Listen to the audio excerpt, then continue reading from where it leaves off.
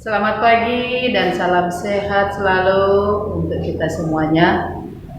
Ibu berharap anak-anak kami semuanya dalam keadaan sehat. Kita selalu berdoa agar COVID-19 ini segera berlalu dan kita bisa tatap muka ya anak-anak ibu. Pada pagi hari ini kita akan mulai pembelajaran bahasa Indonesia kita untuk materi yang kedua. Materi yang pertama, Ibu berharap anak-anak kami semua sudah bisa memahaminya dan sudah menyelesaikan tugas-tugas yang ada di modulnya.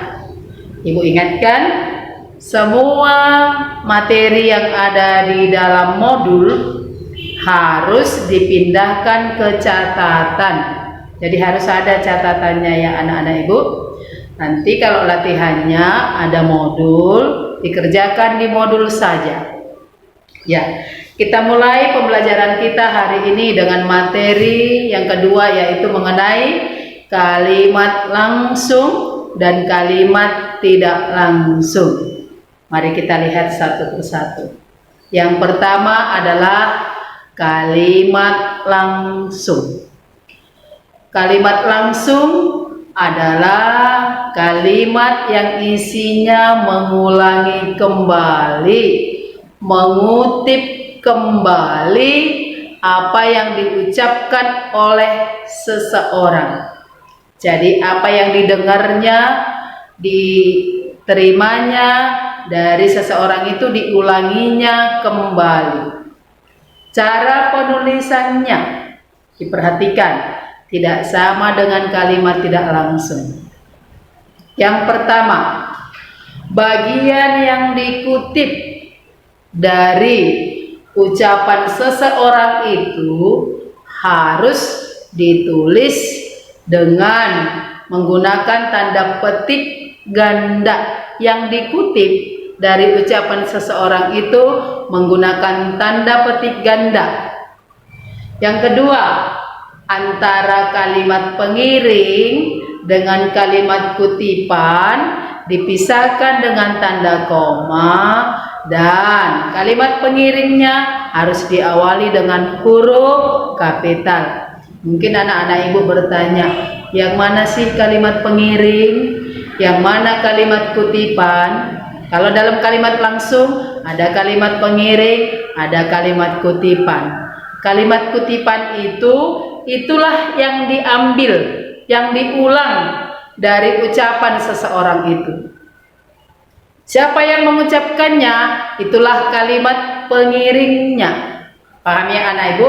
Contoh, lihat contohnya di modulmu. Nomor 1, ibu guru berkata, koma, tanda petik, huruf besar. Kalian harus rajin belajar.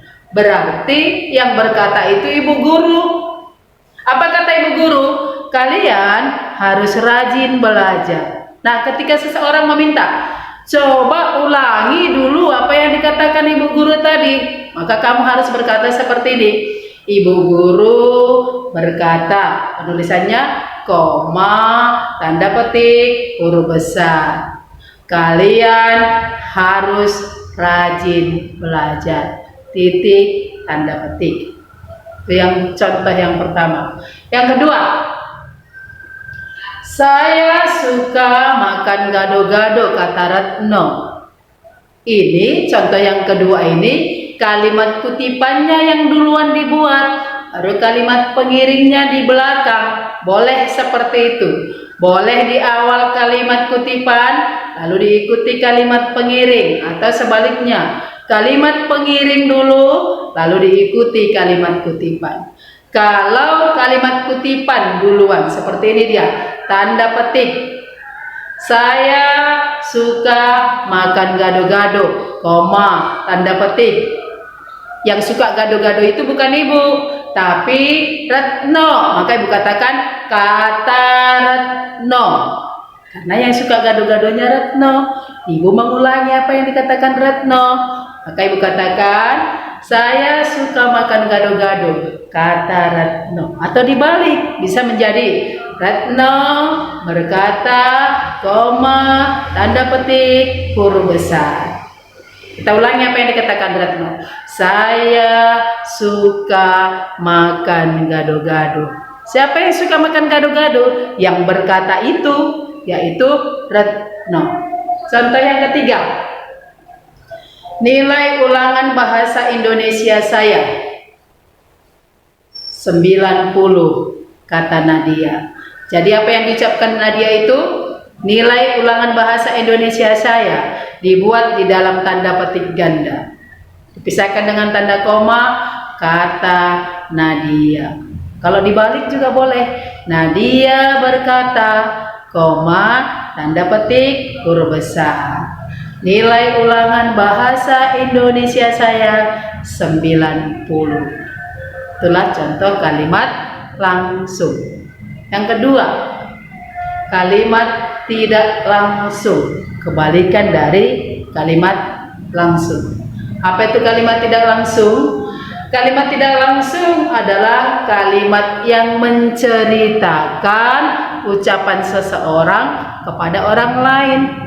Apa yang didengarnya diceritakannya kepada orang lain. Kalau kalimat langsung tadi, apa yang didengarnya diulangnya, dikutipnya kembali.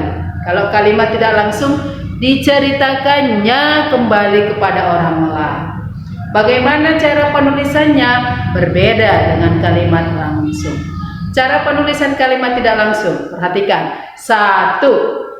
Tidak menggunakan tanda petik lagi, tetapi yang digunakan adalah kata penghubung. Contohnya bahwa, agar, supaya, untuk. Itu yang biasanya digunakan untuk kalimat tidak langsung. Perhatikan contohnya, ada di dalam bukumu, di dalam modul ya.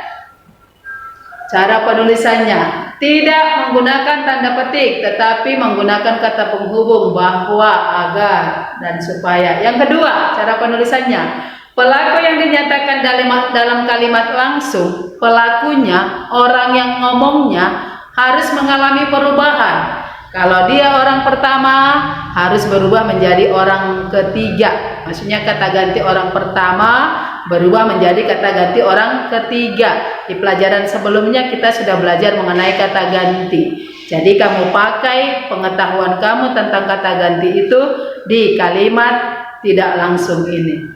Contoh kalimat tidak langsung, kita ambil dari contoh kalimat langsung tadi.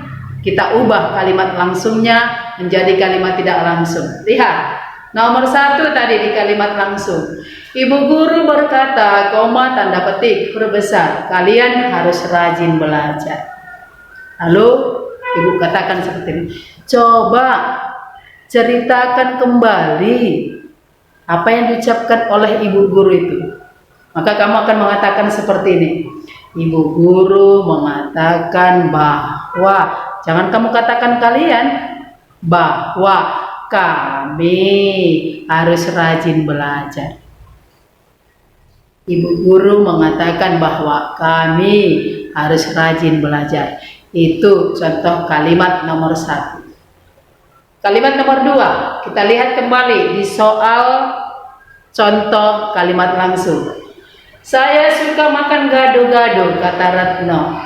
Coba ceritakan kembali apa yang dikatakan Retno. Itulah kalimat tidak langsung. Maka akan kamu katakan seperti ini. Retno mengatakan bahwa dia suka makan gado-gado, jangan saya. Kalau saya nanti jadi ibu yang suka makan gado-gado, ya kan? Atau kalau kamu yang mengatakan saya, berarti jadi kamu yang suka makan gado-gado.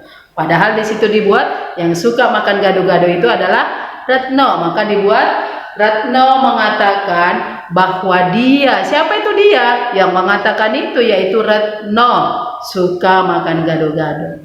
Contoh yang ketiga, kita lihat kembali kalimat langsungnya. Nilai ulangan bahasa Indonesia saya 90, kata Nadia.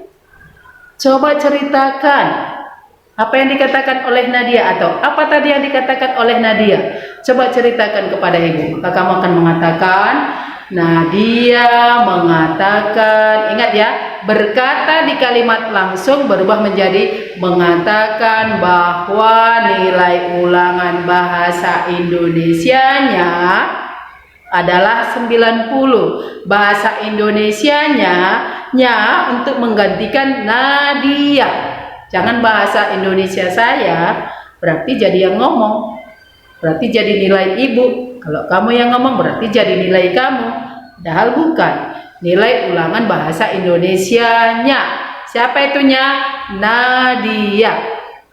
Itu tadi yang harus diperhatikan pada penulisan kalimat langsung menjadi tidak langsung. Pelakunya harus mengalami perubahan. Kata ganti orang pertama berubah menjadi kata ganti orang ketiga. Jadi yang perlu diperhatikan adalah cara penulisan kalimat langsung dan cara penulisan kalimat tidak langsung. Tanda bacanya diperhatikan. Yang kedua, kata ganti orangnya pada kalimat langsung akan mengalami perubahan pada kalimat tidak langsung. Ibu yakin kalau anak ibu semua sudah memperhatikan apa yang ibu jelaskan, maka bisa dilaksanakan. Sekian dan terima kasih. Terkendala juga ya.